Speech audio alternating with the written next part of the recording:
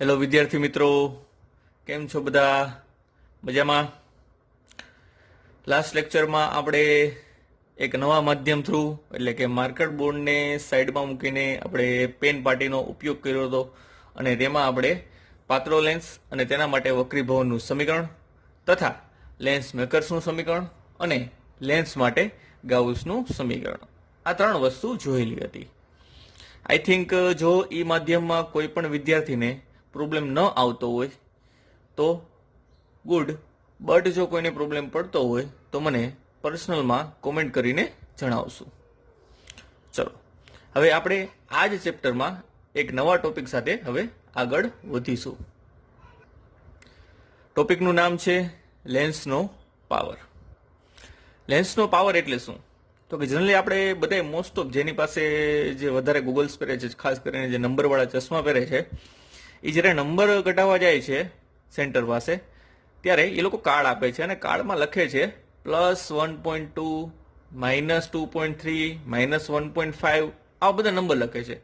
તો એ જે આંકડો છે એ શું છે તમે ક્યારે વિચારેલું છે? એ જે આંકડો છે એ છે તમારા જે લેન્સ બનશે ચશ્માના એનો પાવર દર્શાવે છે. તો અહીંયા એ જ પાવરની વાત કરી રહ્યા છીએ આપણે, પણ થોડુંક થિયરેટિકલી અને સમજવાની ટ્રાય કરીશું. તો પહેલા બેઝિક વસ્તુ લેન્સનો પાવર. લેન્સના પાવરની એક સાદી સિમ્પલ વ્યાખ્યા આવશે છેલ્લે, પણ અત્યારે પહેલા ટેક્સ્ટબુક વાઇઝ શું આપેલું છે તે સમજતા જઈએ. લેન્સનો પાવર એટલે શું? તો કે લેન્સની ઉપર આપાત થતા પ્રકાશને કેન્દ્રિત કે વિકેન્દ્રિત કરવાની ક્ષમતાને લેન્સનો પાવર કહે છે. સમાંતર કિરણો આપાત થતા હોય, જો બહિર્ગોળ લેન્સ હશે તો કેન્દ્રિત થશે, જો અંતર્ગોળ લેન્સ હશે તો વિકેન્દ્રિત થશે. એટલા માટે એને કેન્દ્રિત અથવા તો વિકેન્દ્રિત કરવાની ક્ષમતાને શું કહેવાય છે? લેન્સનો પાવર કહેવાય છે. તમારી સમક્ષ આ જોઈએ, આ એક બહિર્ગોળ લેન્સ રાખેલો છે, પ્રકાશના સમાંતર કિરણો આવે છે, વક્રીભવન પામે આપણને ખબર છે ક્યાં ભેગા થશે? તો કે મુખ્ય કેન્દ્ર ઉપર. કોના મુખ્ય કેન્દ્ર ઉપર ભેગા થશે? તો કે બહિર્ગોળ લેન્સના મુખ્ય કેન્દ્ર ઉપર ભેગા થશે. એટલે અહીંયા વસ્તુ ક્યાંક અનંત અંતર હશે આપણે વિચારીશું અને તેનું પ્રતિબિંબ જે મળે છે એ ક્યાં મળે છે? મુખ્ય કેન્દ્ર F ઉપર. આ છે ઓપ્ટિકલ સેન્ટર લેન્સનું. ચલો હવે આકૃતિને થોડીક વાર વિગતવાર સમજીએ. અહીં શું કર્યું છે? તો એક સમાંતર કિરણ લીધું છે, પણ મુખ્ય અક્ષથી 1 મીટરે લીધેલું છે. એટલે કે લેન્સના ઓપ્ટિકલ કેન્દ્રથી એકમ અંતરે મુખ્ય અક્ષને સમાંતર લેન્સ પર આપાત થતું કિરણ જૂથ જેટલા કોણે કેન્દ્રિત અથવા તો વિકેન્દ્રિત થાય તેના ટેન્જેન્ટના મૂલ્યને પાવર કહે છે. આ સમાંતર કિરણ થયું, વક્રીભવન પામી અહીંયા કેન્દ્રિત થાય છે, તો અહીંયા મુખ્ય અક્ષ સાથે ખૂણો બને છે ડેલ્ટા. ક્લિયર? ચલો પેલો આના ડેલ્ટા જેટલો છે, કારણ કે યુગ્મ કોણ બને છે Z, એટલે આ ડેલ્ટા, તો આ પણ કેટલો હશે? ડેલ્ટા. તો આ ડેલ્ટાના ટેન્જેન્ટ મૂલ્યને, ટેન્જેન્ટ મૂલ્ય એટલે ટેન ડેલ્ટા, ટેન ડેલ્ટાને લેન્સનો શું કહે છે? પાવર કહે છે. તો આકૃતિ ઉપરથી વિચારવા જાવ તો અહીંયા એક કાટકોણ ત્રિકોણ બને છે તમારી સામે. આ કાટકોણ ત્રિકોણ છે, આ ડેલ્ટા છે, આપણે પાવર જોઈએ છે એટલે ડેલ્ટા માટે ટેન વિધેય વાપરશું. ટેન ડેલ્ટા, ટેન ડેલ્ટા એટલે થાય સામેની બાજુ છેદમાં પાસેની બાજુ. સામેની બાજુ એટલે H અને પાસેની બાજુ થાય સ્મોલ f.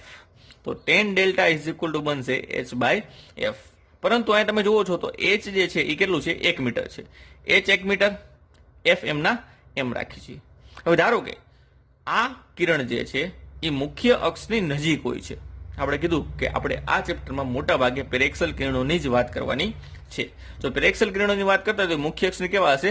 નજીક હશે. અને મુખ્ય અક્ષ નજીકના કિરણો હંમેશા એંગલ જે બનાવશે વક્રીભવન પામીને મુખ્ય અક્ષ સાથે જે એંગલ બનાવશે એ એકદમ કેવો હશે? નાનો હશે. એટલે આપણે લઈએ છીએ જો ડેલ્ટા સૂક્ષ્મ હોય તો, હવે આપણને ખબર છે ડેલ્ટા કોઈ પણ ખૂણો સૂક્ષ્મ હોય તો સાઇન વિધેય હોય કે ટેન વિધેય હોય તેની સાથે જે કોઈ પણ ખૂણો હોય તો તેની વેલ્યુ ખાલી ખૂણા જેટલી જ થશે. એટલે કે ટેન ડેલ્ટા લગભગ ખૂણા જેટલો થશે? ડેલ્ટા જેટલો થશે. માટે delta is equal two 1/f. અને ડેલ્ટા એ શું બનશે? તમારો power P is equal two 1/f. આના ઉપરથી એક સાદી વ્યાખ્યા હું હજી અત્યારે બનાવી શકું. લેન્સની કેન્દ્ર લંબાઈ એનું વ્યસ્ત, તો લેન્સની કેન્દ્ર લંબાઈના વ્યસ્તને લેન્સનો પાવર કહે છે. આ સિમ્પલ વ્યાખ્યા છે. ક્લિયર? યાદ રાખવા માટે ઈઝી પડે. હવે એફ જે છે એ છેદમાં છે. એફ એટલે કેન્દ્ર લંબાઈ. કેન્દ્ર લંબાઈનો એકમ એસઆઈ એકમ જે ખાસ જે કરી વાત એ છે મીટર. તો પાવરનો એકમ શું થશે? તો કે 1/, મીટર. 1/, મીટર એટલે શું થાય? Metre inverse.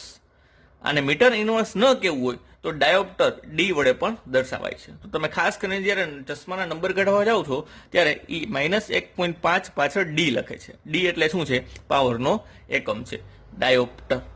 1 મીટર ઇનવર્સ બરાબર 1 ડાયોપ્ટર થાય. બંને એક જ સરખા છે. કાં આ લખો કાં આ લખો, બંને એસઆઈ એકમમાં જ ઇન્ક્લુડ થશે. તો આ હતો લેન્સનો પાવર. માત્ર સૂત્ર ઉપર થોડુંક વધારે કોન્સન્ટ્રેટ કરવું અને ખાસ તેના એકમ ઉપર. ચલો હવે વાત કરીશું આપણે એક નવા ટોપિક તરફ. અત્યાર સુધીનું જે કંઈ પણ ભણ્યા છો તમે એને લેન્સની અલગ અલગ કિસ્સાની અંદર આપણે મિક્સઅપ કરીશું, એટલે કે ભેગા કરીશું. તો તમે ભણી ગયા છો એક ગાઉસનું સૂત્ર ખાસ કરીને, બીજું ભણી ગયા છો કેન્દ્ર લંબાઈ પાવરનું સૂત્ર, ત્રીજું ભણી ગયા છો મોટવણીનું સૂત્ર. પણ આ જે ત્રણેય તમે વસ્તુ ભણ્યા છો, ગાઉસનું સૂત્ર, મોટવણીનું સૂત્ર અને પાવરનું સૂત્ર, એ તમે માત્ર ને માત્ર એક જ લેન્સ માટે ભણ્યા છો. ધારો કે તમને એક્ઝામ્પલની અંદર એક સાથે બે લેન્સનું સંયોજન આપેલું હોય તો એના માટે સૂત્ર કઈ રીતે વેરીફાઈ કરશો એ આપણે હવે અહીંયા જોવાનું છે. તો અહીંયા પોઈન્ટનું નામ છે, થિયરીનું નામ છે સંપર્કમાં રહેલા પાતળા લેન્સનું સંયોજન અથવા તો સંપર્કમાં રહેલા લેન્સનું સંયોજન. એમાં ત્રણ વસ્તુ તમારે શોધવાની છે ખાસ કરીને. પહેલી વસ્તુ, સંયોજનમાં હોય બંને લેન્સ એકબીજા સાથે જોડેલા હોય અથવા તો એકબીજાની નજીક રાખેલા હોય તો એ સંયોજનની કેન્દ્ર લંબાઈ કેટલી થશે, એ સંયોજનનો પાવર કેટલો થશે અને એ સંયોજનની મોટવણી કેટલી થશે. એ વસ્તુની માહિતી આપણે અહીંયા મેળવવાની છે. તો સૌપ્રથમ આપણે વાત કરીશું લેન્સના સંયોજનની કેન્દ્ર લંબાઈ શું થશે. તો ચલો, તો તમારી સમક્ષ એક આકૃતિ રાખેલી છે, ખાસ કરીને જોશું. એમાં બે લેન્સ L1 અને L2, લેન્સ 1 અને લેન્સ 2 એકબીજાને અડકીને રાખેલા છે. ચલો, એમાં એક આડી રેખા મુખ્ય અક્ષ તરીકે દર્શાવેલી છે. ચલો, એ મુખ્ય અક્ષ ઉપર કોઈ બિંદુવત વસ્તુ O મૂકી દઉં છું. આ છે બિંદુવત વસ્તુ O. તેનું પ્રતિબિંબ મેળવવા માટે કેટલા કિરણોની જરૂર પડશે આપણને? 2 કિરણોની. ચલો, પેલું કિરણ લઉં છું મુખ્ય અક્ષને સમાંતર અથવા તો મુખ્ય અક્ષ પરનું પોતે જ, જે લંબરૂપે આપત થતું હોવાથી, બંને લેન્સને લંબરૂપે આપત થતું હોવાથી વક્રીભવન થશે નહીં અને સીધે સીધું આગળ વધશે. ચલો, બીજું કિરણ લઉં છું અહીંયા હવે કોઈક આ સાઈડ. પેલા લેન્સ દ્વારા વક્રીભવન થશે. પેલા લેન્સ દ્વારા વક્રીભવન થાય તો એ લગભગ I1 પાસે ભેગું થાય, પણ તરત જ વક્રીભવન પામી પેલા લેન્સ પાસે વક્રીભવન પામી તરત બાજુમાં કયો લેન્સ છે? બીજો લેન્સ છે. એટલે બીજા લેન્સ પાસે ફરી એક વખત વક્રીભવન થશે અને અંતિમ પ્રતિબિંબ ક્યાં રચાશે? તો કે I પાસે રચાશે. તો આ ખાસ ધ્યાન રાખજો. આ જે છે એ પાતળા લેન્સ માટે બે અલગ અલગ વક્રીભવનકારક સપાટી માટે કર્યું હતું, એવું અહીંયા બે અલગ અલગ લેન્સ માટે કરવાનું છે. એટલે કે લેન્સ નંબર 1 ની વાત કરું કે જેની કેન્દ્ર લંબાઈ F1 આપેલી છે, એ લેન્સ માટે વસ્તુ તરીકે શું કામ કરશે? O. અને એના માટે પ્રતિબિંબ તરીકે કોણ કામ કરશે? I1. જ્યારે બીજા લેન્સ માટે, લેન્સ 2 માટે વસ્તુ તરીકે કોણ કામ કરશે? તો કે I1. અને પ્રતિબિંબ તરીકે કોણ કામ કરશે? તો કે I.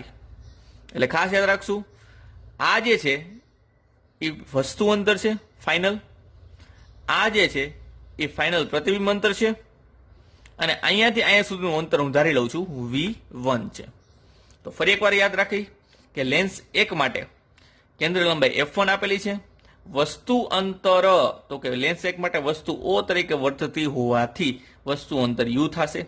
પ્રતિબિંબ અંતર તો લેન્સ 1 માટે પ્રતિબિંબ મળશે I1, તો ત્યાં સુધીનું અંતર જે છે એ V1 થશે. પ્રતિબિંબ અંતર V1.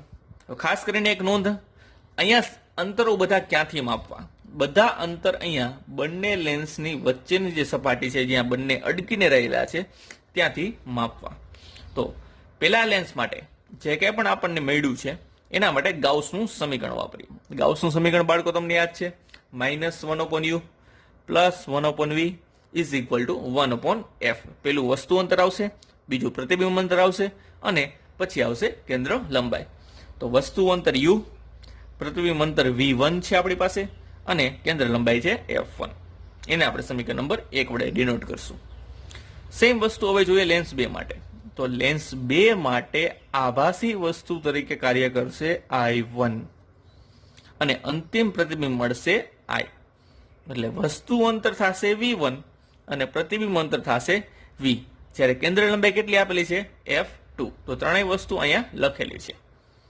તો એના માટે ગાઉસનું સમીકરણ વાપરવા જઈએ તમે. ચલો, તો ગાઉસનું સમીકરણ સિમ્પલ છે હતું તે, પણ અહીંયા વસ્તુ અંતર બને છે V1 એટલે -1/V1. પ્રતિબિંબ અંતર બને છે V એટલે +1/V ઇઝ ઇક્વલ ટુ કેન્દ્ર લંબાઈ F2 હોવાથી 1/F2. આ સમીકરણ નંબર 1 મળ્યું જે લેન્સ 1 માટે છે. આ સમીકરણ નંબર 2 મળ્યું જે લેન્સ 2 માટે છે. બંને લેન્સના જે સમીકરણો મળેલા છે તમને, એ બંને સમીકરણનો તમે શું કરો છો હવે સરવાળો કરો છો. તો સરવાળો કરતા એટલે કે સમીકરણ નંબર 1 + 2 કરતા એકની ડાબી બાજુ વત્તા બીજાની ડાબી બાજુ ઇઝ ઇક્વલ ટુ એકની જમણી બાજુ વત્તા બીજાની જમણી બાજુ. ચલો, તો ડાબી બાજુમાં ખાસ નોંધ કે અહીંયા +1/V1 આવે છે અને -1/V1 આવે છે, જે શું થશે કેન્સલ આઉટ થશે. તો વધશે માત્ર -1/U +1/V is equal two 1/F1 + 1/F2. આવું કંઈક આપણને મળ્યું છે. ચલો વિચારી બાળકો, આ તો 2 લેન્સ છે અને વસ્તુ અહીંયા રાખેલી છે ને પ્રતિબિંબ અહીંયા મળે છે. હવે ધારો કે હું એક એવો લેન્સ રાખું કે જેથી વસ્તુ અહીંયા મૂક્યું તોય પ્રતિબિંબ અહીંયા મળે, તો મારે આ 2 લેન્સની જરૂર પડશે નહીં. અને એક જ લેન્સ હશે તો તેની કેન્દ્ર લંબાઈ કેટલી હશે? 1 જ હશે. તો વિચારો કે ધારો કે અહીંયા એક લેન્સ છે,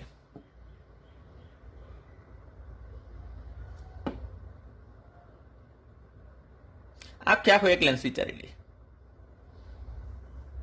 ક્લિયર? કે જેની કેન્દ્ર લંબાઈ કેટલી છે? F છે.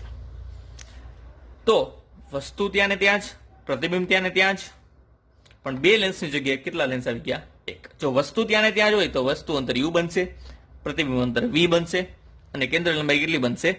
F.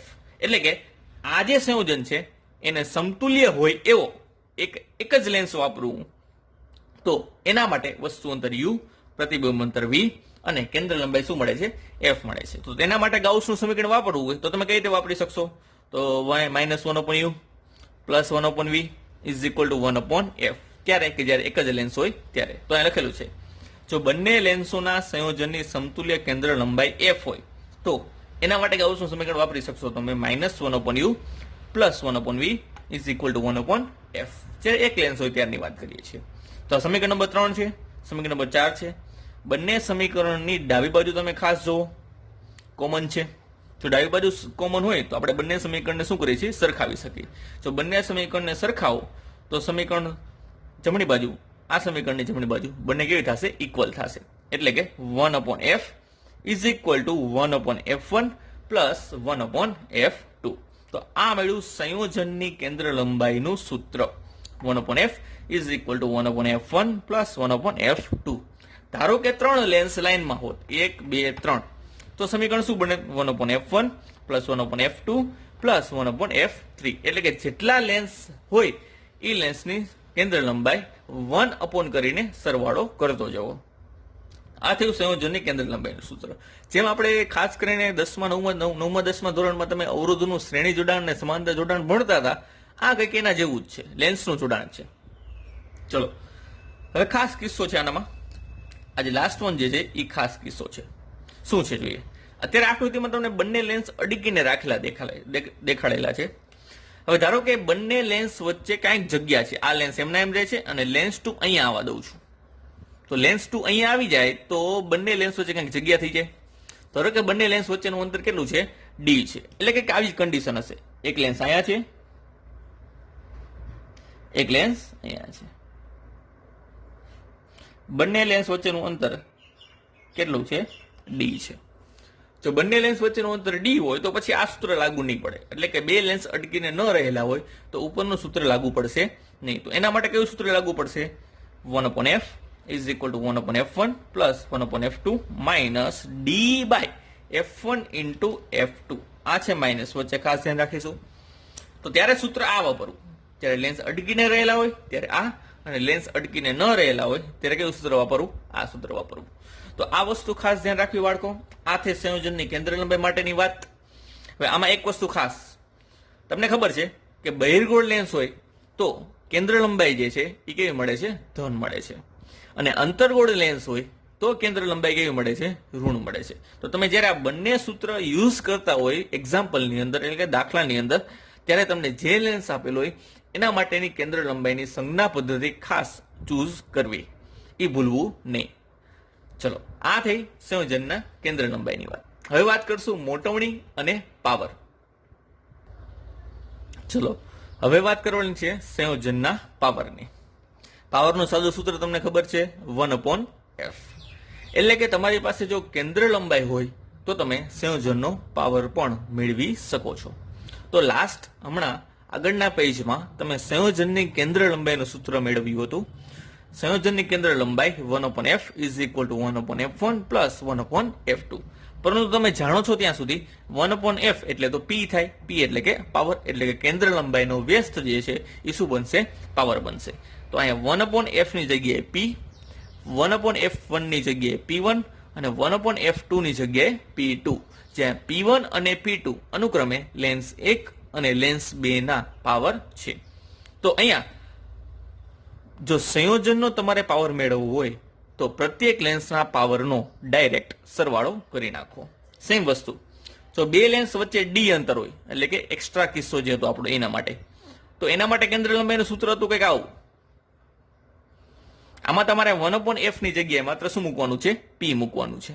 તો 1/f is equal two p, 1/f1 p1, 1/f2 p2, 1/f1 into f2, 1/f1 એટલે p1, 1/f2 એટલે p2. એટલે કે ડી સાથે બંને કેવા આવશે? ગુણાકારમાં આવશે. તો આ સૂત્ર ત્યારે વાપરવું કે જ્યારે બંને લેન્સ વચ્ચે કાંઈક કેવી હોય? જગ્યા હોય, ડી જેટલું અંતર હોય. તો આ થયો પાવરની વાત. હવે વાત કરી સંયોજનની મોટવણી. તમને એક લેન્સ આપેલો હોય તો એક લેન્સની મોટવણીનું સૂત્ર ખબર છે કે એક લેન્સ હોય તો લેન્સની મોટવણી થાય v/u, એટલે કે પ્રતિબિંબ અંતર છેદમાં વસ્તુ અંતર.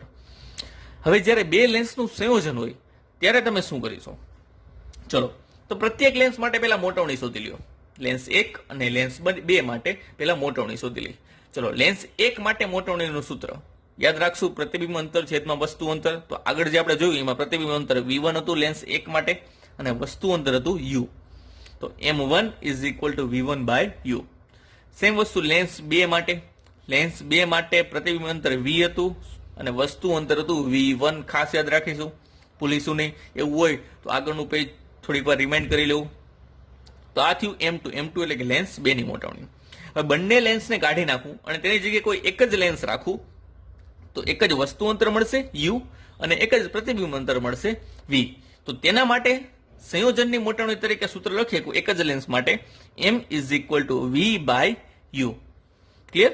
હવે આ v/u ને આપણે m1 અને m2 ના સ્વરૂપમાં કન્વર્ટ કરવા છે. એના માટે હું v1 વડે ગુણું છું અને v1 વડે ભાગું છું.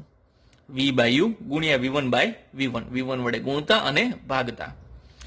એક v1 જે છે એ u સાથે રાખો, એક v1 જે છે એ v સાથે રાખો. તો vm ના m, v1 છેદમાં um ના m છેદમાં v1 અંશના. તો આપણે થોડી સેપરેટ કર્યા, ખાલી આને આયા મૂક્યા, બીજું કાંઈ નથી કર્યું.